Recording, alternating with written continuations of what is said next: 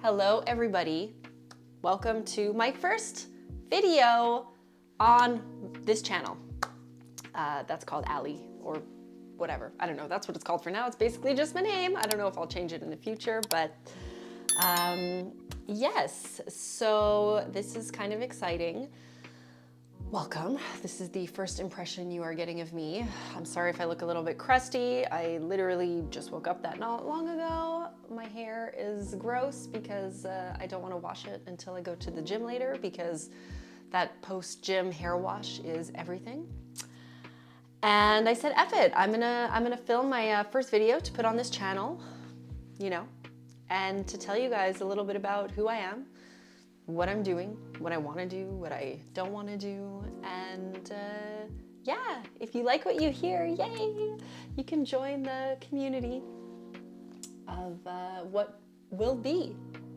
So anyways, yes, I told you my name is Ali, and I'm a 37-year-old woman from Quebec.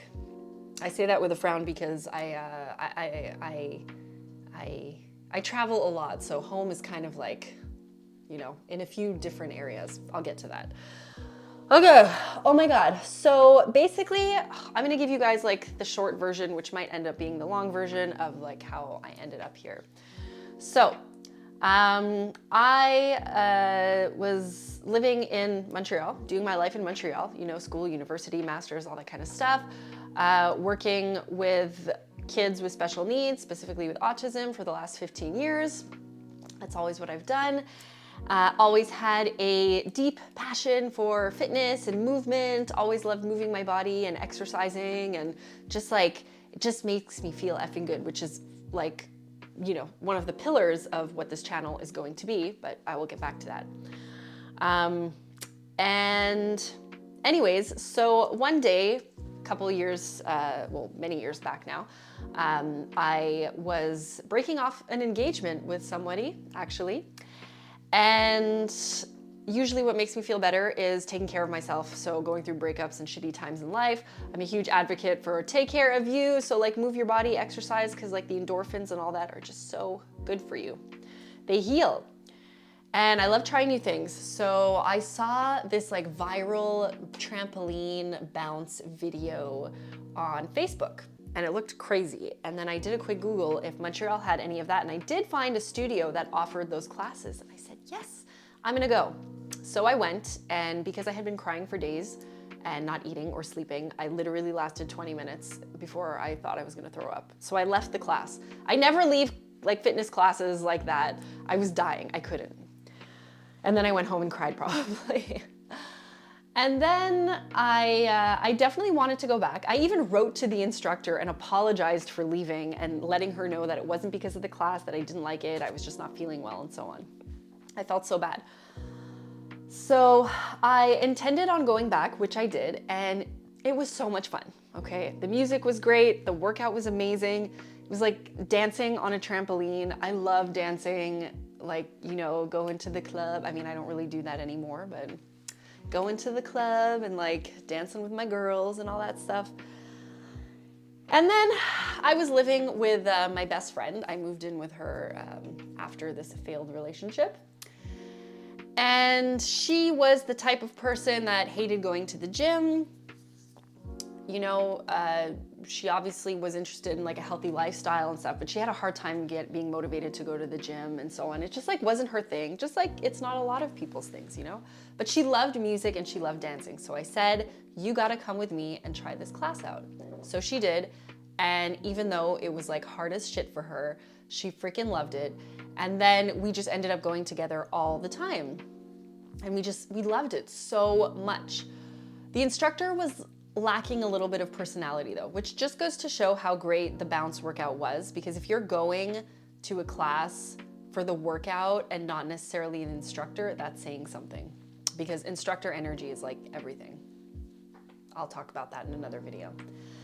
So one day we were having all these fun ideas, like, oh, it'd be cool if we did this and that, and you know, a song like this would be such a good routine. And then we had this epiphany of just, why don't we open our own studio? Why don't we open our own studio? So you know, one day we set a meeting in our living room and started doing research on, you know, how to get money to open a studio and like writing business plans and financial projections and all that stuff. And we went through this whole like startup entrepreneur process of like applying for loans and things like that. And we did it. We built this whole concept. The studio was called House of Bounce. I know, clever name, right? And we started renting studio space. We bought the trampolines and we made all our routines, and we got certified as well through fitness and personal training through the Canadian organization CanFit Pro. And we just decided to do that while keeping our full-time jobs, okay? Because we were both like scared shitless of, you know, lack of financial security and all that. We were very low risk entrepreneurs and, you know, didn't want to risk losing our job for the business so we could, you know, pay our rent, which is crazy because running a business and working full-time is just, it's a lot. And then slowly, you know, like word started getting around. We built like our social media and like getting people to come to the classes and such. And just the feedback we were getting from people was insane. Like we started super small, but we grew very quickly. And people were just telling us how much they loved it, how much they loved the energy, how much they loved the workout, the music, because like music and exercise is everything. And then like, over time, you know, just we started getting regulars and like this little community started forming. And I mean, it was pretty special. And also before I knew it, I would be receiving messages from clients thanking me for, you know, changing their lives and opening them up to the world, getting through trauma, making them happy, being the reason getting up in the day. Like, honestly, I never expected that kind of feedback. And I didn't really know what to do with it. I was just like, oh, okay, like that's really cool. I'm just like, I don't know how to take that, you know? It almost felt like a big responsibility, this kind of impact that we were having on people. And it was so much more than what we initially thought it was going to be. We knew that we wanted to build a space that was inclusive and, you know, non-judgmental and safe for people to come and like move their body, have fun with movement, build connections, and just enjoy themselves. You know, we wanted them to look forward to working out, to look forward to exercising, and to not feel so much like exercise or whatever, you know? And so like the workout itself was incredible. I mean, rebounding has so many incredible benefits. But when you're building a fitness studio, you know, a gym, a place for people to come and be vulnerable, because, you know, a lot like it's very scary for a lot of people to show up in these places and exercise. Like people are going through a lot of shit, you know? It's a lot. And we wanted to make sure that everyone who walked in the door felt comfortable, included. If they didn't want to be included, that was okay too. And just like, you can sit in the corner and do your thing, I don't care.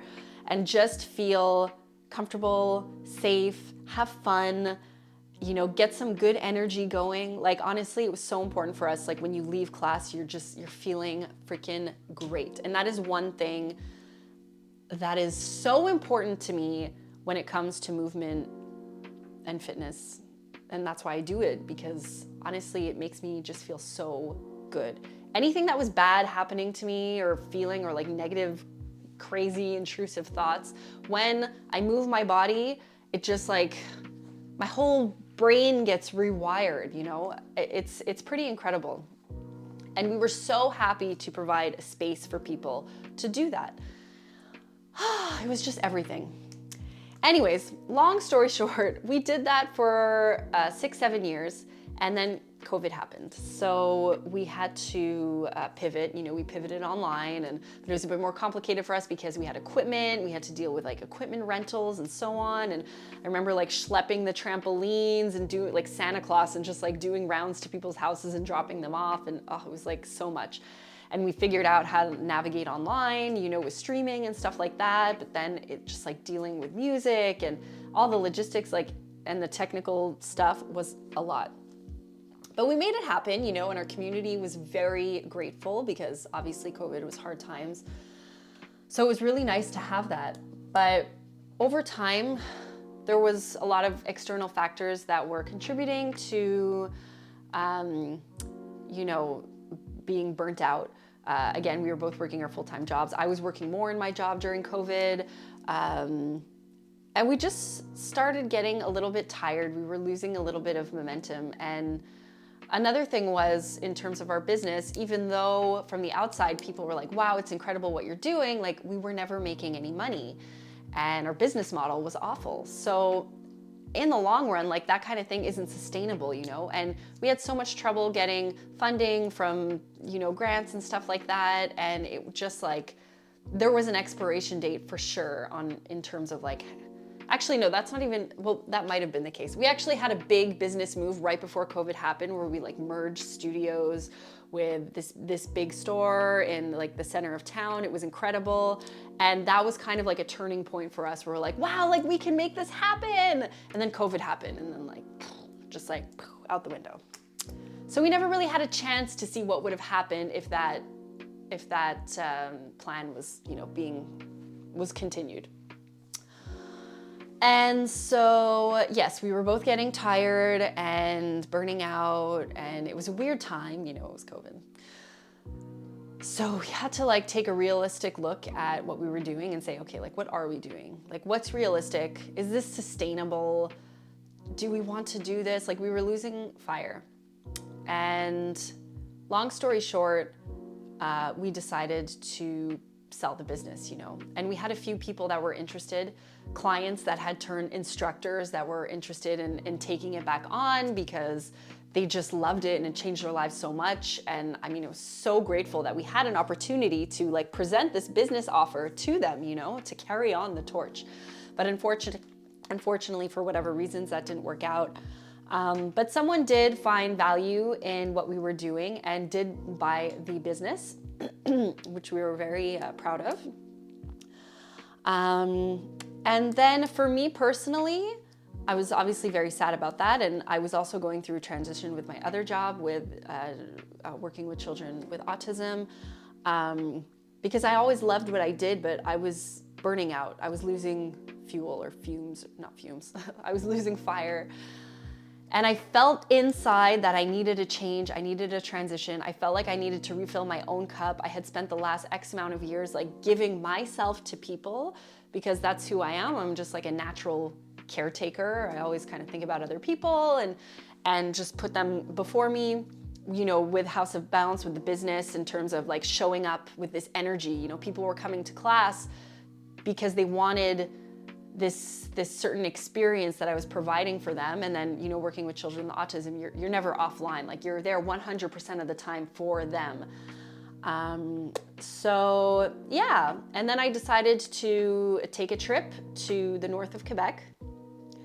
Usually I would have traveled because I do travel a lot, but I couldn't during COVID. So I was like, I'll discover my own province. And I didn't really have a plan as usual. I like to just kind of travel on a whim. And I booked a room in a hotel one night and it was a beautiful place. I mean, I remember booking it because I saw it on Airbnb and there was like a beautiful pool and the view was incredible. And when I got there, my breath was taken away. It was gorgeous. And I remember I spent the entire first night crying and doing some shrooms. I don't really do a lot of like hard drugs ever really, but I had started experimenting with shrooms a little bit and I was like, oh, I'm gonna like, you know, have an experience because I needed to like purge some stuff that was going on inside of me. I think I was also really sad too about that relationship that I was talking about previously, which had happened years ago.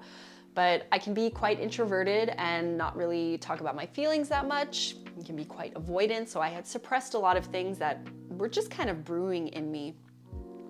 So yeah, that whole first night, I spent doing a little bit of shrooms and crying my head off. And I remember dancing in the dark and crying. So I was like crying, dancing. in the dark in my hotel room to this song from, oh my God, what was the song? Damn it, I don't remember. I would check my Spotify. Hold on, let me check. What is the song? I had discovered the song on the car ride down, and I was like, this is a great friggin' song. And then all night I was listening to it. Hold on, let me find it for you. What is it? Manifestation. Heart Attack by Bronson, Odessa, and Golden, featuring someone else. Anyways, that was the song. I like literally listened to it on repeat. So that's it. And then I was crying. I was like, oh my God. And I was like talking to random friends on Instagram and stuff. And anyways, I was supposed to leave the next day, but it was such a nice day that I decided to extend. And I hung out by the pool. And there was a weird vibe at the hotel. I didn't really know who worked there. There was a lot of young guys, kind of seemed like they worked there. I didn't know that, like, there was not a lot of people there. Anyways, long story short, I don't know why I'm saying long story short. I'm just continuing the story. At one point by the pool, a young gentleman came up to me and said, oh, can I sit next to you? And I said, oh, sure, you know. And he was like chatting with me and stuff. And I was like, oh, this place is kind of cool, you know, there's like some good vibes, there's some good people, this is interesting. Then by the time you know it, it was like happy hour, and he's like, oh, do you want some bubbles? I was like, sure, you know, this trip is turning around. And then this guy gets in the pool, and the gentleman that was sitting next to me was like, oh, have you met my friend Gab? He's the owner of the place, he's like the best guy I know, na. And I was like, all right, what's like the agenda here, you know?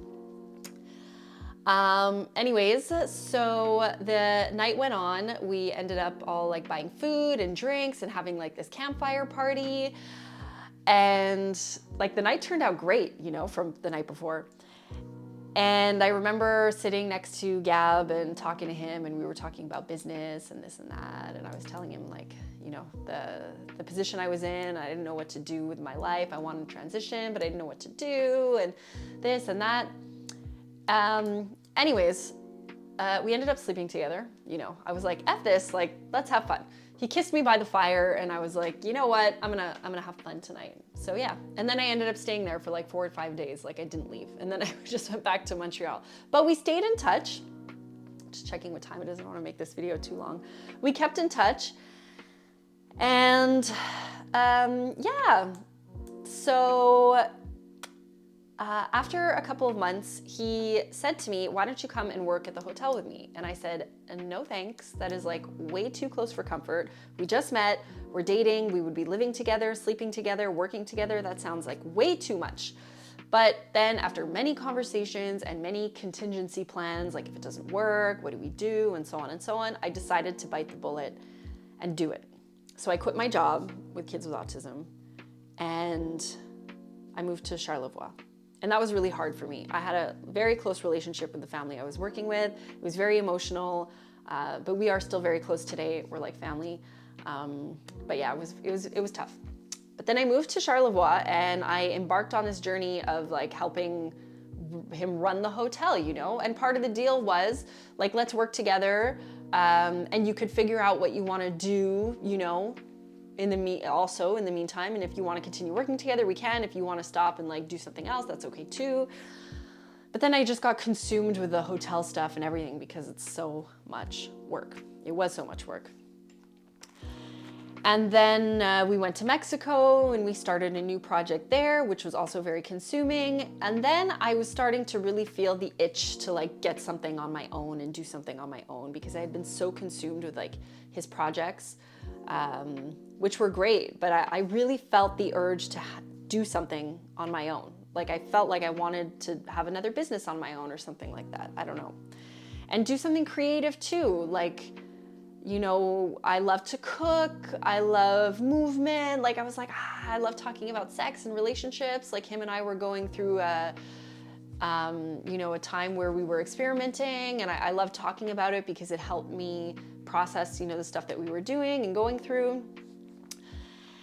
And so, yeah.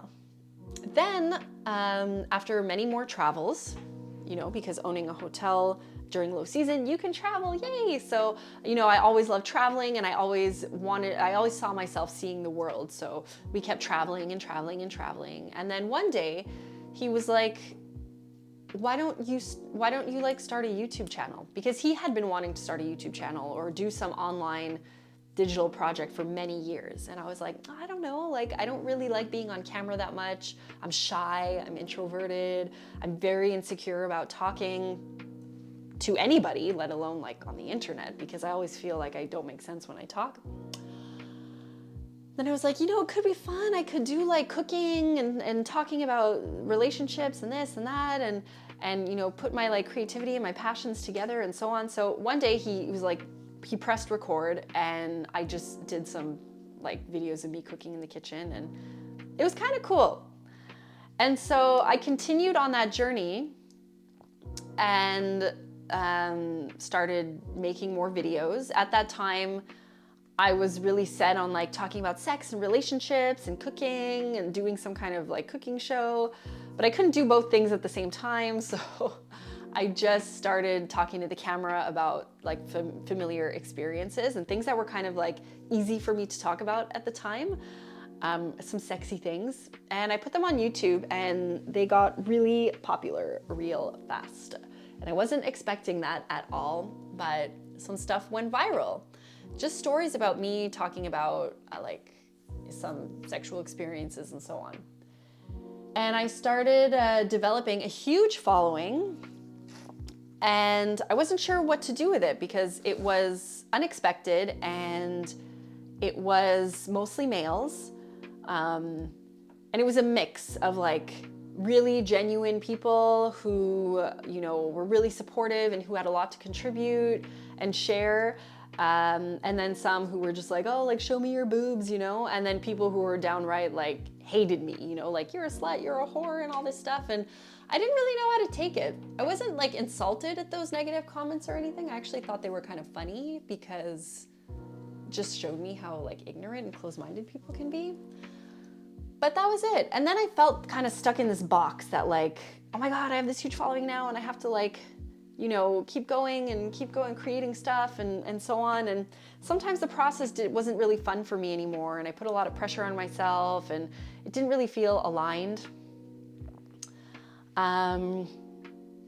But then I would like wean in and out of it and like try and change my perspective, and, you know, and then you get very stuck in like the YouTube business stuff and like strategy and how to like make money and this and that. And that's also very stressful.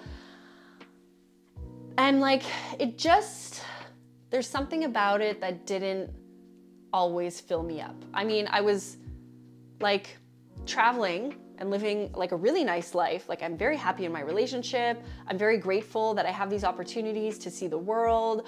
I'm very grateful that I have an opportunity to do like this creative project with whatever I want, you know? But I'm never like super satisfied. There's always something that's like, I'm like still looking for like this purpose or whatever. Oh my God, I just realized like this channel is about, you know, movement and stuff, and I haven't even like spoke about that. You guys are probably like, what's the point of this video? But I'm like kind of, you know, I'm getting there. Okay, bear with me. So, where is this? Yes, so I guess I'll fast forward until now where like I still feel a little bit like, oh, there's something lacking, like, why am I not happy? Why am I not like satisfied? I'm missing something, you know? And I always say to Gab, like, we have so many conversations about purpose and fulfillment and all these kinds of things, you know? And I feel like there's still something lacking. Like, I'm not doing something I should be doing. And I'd say that the only time where I feel really good about myself, okay, is after I move my body and during I move my body. And I say movement and not fitness, which is like, I'll get into another time, because there's a difference for me. But I remember we were just in Thailand and we finished a Muay Thai class, me and Gab. And when we were walking back, I told him, I said, you know what? This is the only time that I feel this good and this powerful and this like in control and this like determined and confident and secure is like after my workouts. And then he's like, oh, like, why don't you work out twice a day then, you know, to like keep that momentum going. I was like, you know what, maybe I should. So like on some days I would do 2 workouts and stuff, which was really good. But yeah, and I really missed like the House of Bounce community and what I had built, you know, with my friend at the studio. And this, like the workout and stuff was also like, I mean, it was incredible, but like this sense of community. And like during last summer at the hotel, I was like, you know what, maybe I'll start filming fitness content and putting that online and trying to connect with like a fitness community. And I filmed almost every day my workouts because I exercise every day. I move at least 30 minutes every day. So I started filming them, and I started filming them in like nice parts of the hotel because we have an incredible view. So that was cool. But I was like, I didn't really want to make up my own like routines and stuff like that at that point. I was like following a lot of YouTube people, which I still do every day. So I just wanted to like film myself work out to their workouts. But I didn't want to make up my own stuff. And I was like, I'll post it online, maybe, you know, I want to kind of motivate people like, you know, work out with me, sweat with me, you know, since I'm moving around a lot and I don't have access to like a stable community, I'll just sort of build one online for myself and for you guys and kind of like, you know, build up again what we had built up in the past, because I feel like that's something that I was missing, this sense of community. Because being a nomad and like traveling around a lot, it's so fun, but there's definitely like a lack of community missing. And what we had done was so special. Like I'm so proud of that, and I feel like I took it for granted, you know, because I really miss that, and I miss like teaching and leading a class and like being able to provide this experience and this energy and this safe space for people to just like show up and be chill and, you know, do what they gotta do. So yeah, and I was gonna make a channel called Sweaty Alley or something. That was like a joke that came up, but I thought it was a cute name. And I never posted anything online because I was like, I don't really know what to do with this content, you know? So I just kind of left it on the back burner and like continued with my regular YouTube channel. And yeah, so anyways, now I'm back home, and I went to a bounce class the other day because old clients that had become instructors are now still bouncing and teaching, and like they bought their own trampolines and they're continuing the legacy, which is honestly just incredible. And so whenever I come back to Montreal, I always try to make a point to go to their classes. And every time I go, I'm like, oh my God, I miss this so much. Like, I miss the fun, I miss the music, I miss the vibe, I miss the energy, I miss the workout, I miss the community, I miss the smiles, like I miss all that stuff so freaking much. And I'm like, I think this is what I'm missing, like from my life right now, you know? And how can I get that? How can I incorporate that back into my life while like living this nomadic lifestyle and find this balance, you know, because I really love my life, but there's like this one component that's missing. So then I'm like, oh, maybe I should try again with YouTube or online and like build this community online. Because the people that I follow online on YouTube, the workouts that I do, their community is insane. Like I love seeing the support, the commitment, the encouragement, the motivation. Like it's really inspiring to see, you know? And I'm like, man, I built that once, you know, I can build it again. Or at least I think I can. I don't know. What time is it? Oh man, this is gonna be a long video. Ugh, I hope you guys can get through it. Sorry for making this the first video I'm posting, but I think it's important for me to make this video for myself, to put myself out there and like to kind of put it into the universe. So yeah. So that being said, I don't really know yet what this channel is going to be. I don't know if I'm gonna be like making up my own workout videos for you guys to follow, That might happen one day. I don't know if I'll just be like posting some random ass workouts that I do. I'll definitely be sharing videos about like my fitness, my movement journey, and you know, I guess I want to inspire people and push them to try things and to remind you to move your body, because again, like I just feel so good when I do. It's such a core value of mine, movement. It's like I can't live without it. When somebody asks me like what makes you happy or what are the things, one of them is like being able to move my body, because I just feel so damn good. And you know, when I think about people who would be coming to our classes who hated going to the gym and just doing any kind of physical activity, like, but when they found us, it was fun and it was good and it motivated them and it opened up doors to them in other ways that they wouldn't have thought of or doing before.